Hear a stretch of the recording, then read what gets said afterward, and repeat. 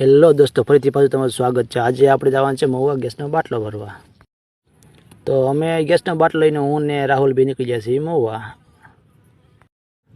થોડુંક આપણો બુલેટ કેવી રીતે આવ્યા, રસ્તો ખરાબ રસ્તો હતો તો આપણે બુલેટ એમ કે ના ના તો થાકી ગયા। પછી ઘડીક શું ત્યાં કંઈક હોટલ આવી, તમે હોટલ કમેન્ટ કરજો કઈ હોટલ હતી। થોડાક આગળ ગયા હતા આવી ગયો આપણે મહુવા, અને મહુવામાં પૂગ્યા હતા। જોયું હતા તો અહીં તો બહુ ટ્રાફિક હતી। ટ્રાફિક એટલી તે પાણી બધે ફર્યું હતું। પાણી ફર્યું પછી આપણે જોયું કાંઈ વાંધો નહીં। પછી ગેસના બાટલાની ઓફિસે ગયા। ઓફિસે જઈને આપણે રજીસ્ટ્રેશન કરાવ્યું। પછી આપણે ત્યાંથી ફ્લેટની ટિકિટ ના લાવ્યા તો ફ્લેટની ટિકિટ મને ભૂલાઈ ગયો। તો આપણે ગેસના બાટલાની સ્લીપ છે, ગેસના બાટલાની સ્લીપ લીધીને આપ્યો ગેસવાળાને। ગેસવાળાએ પછી આપણને આપ્યો ગેસનો બાટલો લઈને આપણે એને પહેલાં લીધા કપડાં, કારણ કે કપડાં પહેરવા પડે ને કે એને શરમાઈ જાય, પછી ઘરે ના પૂગે। પછી આપણે એને મેં આપણા બુલેટમાં ને આપણું બુલેટ પાછું કર્યું શરૂ।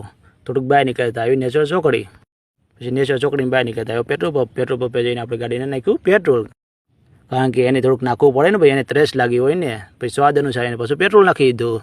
પછી પાછા આપણે વળતા નીકળ્યા ડુંડિયાસમાંથી, કારણ કે ઓલો રસ્તો પાછો હાઈવે ખરાબ છે એટલે ના ન લઈને આ પાછા કહેજો કોમેન્ટમાં કીધું કેવું મંદિર હતું।